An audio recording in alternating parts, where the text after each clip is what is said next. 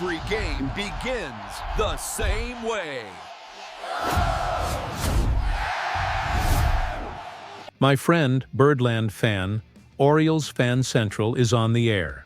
Before we dive into today's piping hot exclusive insights, do yourself and this community a favor. Subscribe. Hit that subscribe button and turn on notifications. You won't want to miss the deep dive analysis and behind-the-scenes news that I bring you here every day on your O's News channel on YouTube. Seriously, the 2026 season has already started for us.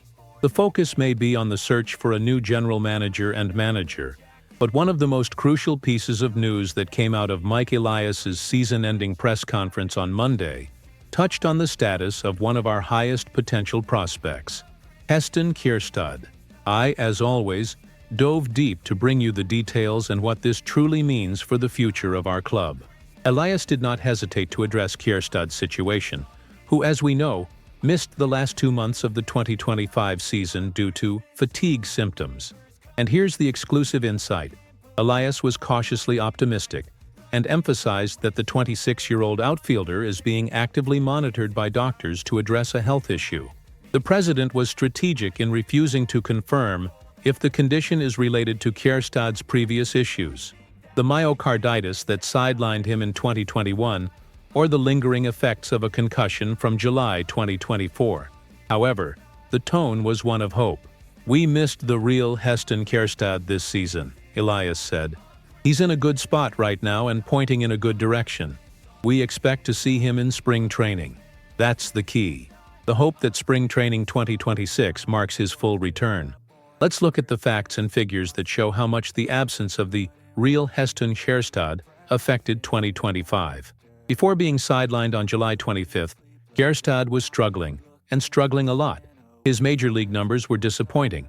A batting line of 192 .240, 3.27, a 5.66 OPS, with only 4 home runs and 19 RBIs in 54 games. The demotion to AAA Norfolk on June 10th didn't provide the expected recovery, where he continued to struggle, with a 4.73 OPS in 112 plate appearances. For a former second overall pick, these are worrying numbers that indicate something physical was, in fact, wrong, and not just a major league adjustment.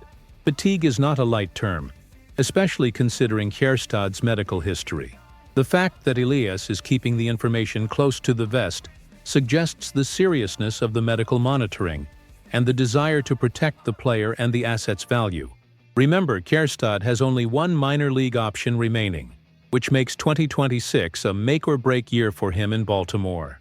The Orioles invested 2 seasons, 2023 and 2024, giving him limited chances, but 2025 was the first time he had a longer stretch of regular playing time, and unfortunately, it was cut short.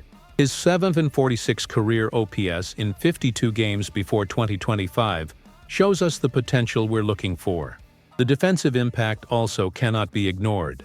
StatCast rated him with 7 outs above average, OAA, in 2025, a significant drop from the 1 OAA of his first 2 years. His arm strength, which was in the 92nd percentile in 2024, dropped to the 61st percentile. These are concrete data points that support the narrative that Kjerstad was playing below his physical capacity. Kjerstad's success is not just an individual story, but a strategic piece in the Orioles' outfield puzzle. We enter the offseason with a saturation of talent in field positions: Dylan Beavers, Colton Cowser, Dylan Carlson, and the potential retention of Tyler O'Neill, assuming he opts into the remaining 2 years and $33 million on his contract. The return of a healthy and productive Kjerstad is vital for the left-handed lineup, but he will face a fierce battle for regular playing time in the outfield corners. Elias and the new management team will have to make strategic moves, either through trades to consolidate talent or by defining clearer roles. Versatility may be the key. Kjerstad has previously played first base in college and the minor leagues. Will he become a more versatile defensive option going forward, perhaps as a primary DH with backup at 1B and outfield? The pursuit of this flexible defensive role is a speculation that, in my opinion, makes perfect sense, given the pressure from the talent in the outfield. What is certain is that true Birdland needs the best Kjerstad on the field in 2026 if we want to return to contention. The Heston Kjerstad situation forces us to look at the Orioles' outfield dynamics with a purely strategic lens. This is not just about a player returning from an injury. It's about a valuable asset, a first-round pick reaching his decisive moment in his career. With only one minor league option remaining, the time for Kjerstad to establish himself is now. Elias knows this, and the management team is undoubtedly weighing all options to maximize the return on that investment. The competition in the outfield is brutal and must guide the O's movements this offseason. We have the Dylan core, Colton Cowser and Dylan Beavers, plus Dylan Carlson, a newcomer with potential.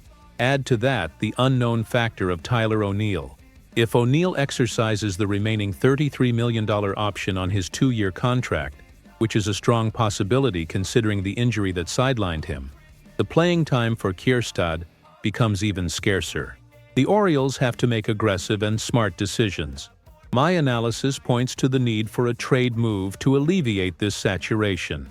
Keeping so many major league outfielders under club control is a luxury, but also a blockage to development and efficient resource allocation.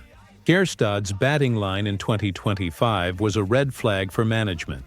The .566 OPS in MLB and .473 in AAA show a production inconsistency that cannot be attributed solely to bad luck. That's why Elias's update on the medical monitoring is so important.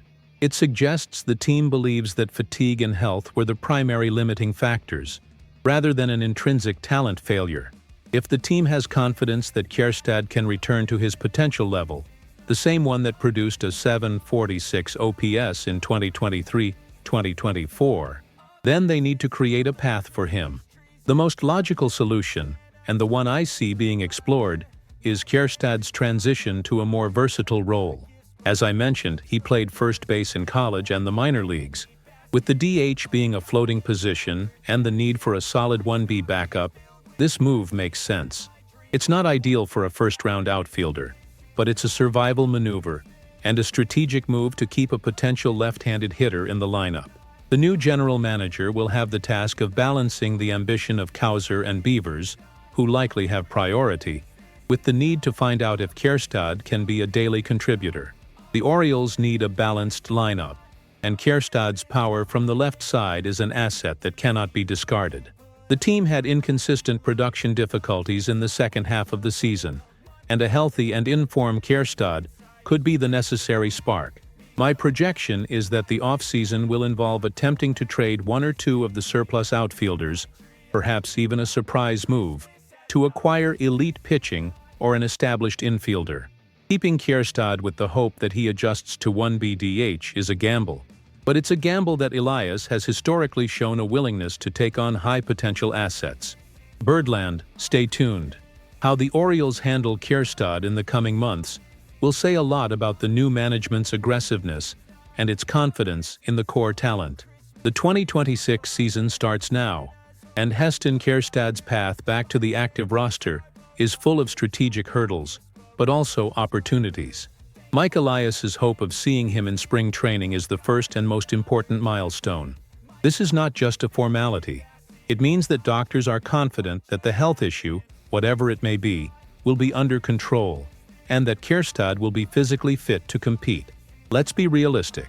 Kjerstad needs to impress in spring training. He needs to show that his arm strength is back, the 92nd percentile of 2024, that he is agile to reverse the 7 OAA, and most importantly, that he has the power and discipline at the plate to become a major league hitter. The pressure is immense, as he only has one minor league option remaining. This means that if he doesn't stick in the major leagues, his demotion to Norfolk will be a high-risk move, as it could be the last before being exposed to waivers. The key for Kjerstad, in my understanding and analysis, is not in the outfield. The talent saturation there is real, and Cowser and Beavers represent the team's more immediate future. Kjerstad's path lies in becoming a super utility player in the true sense of the word. The transition to first base should not just be a plan B, but the main focus of his off-season training.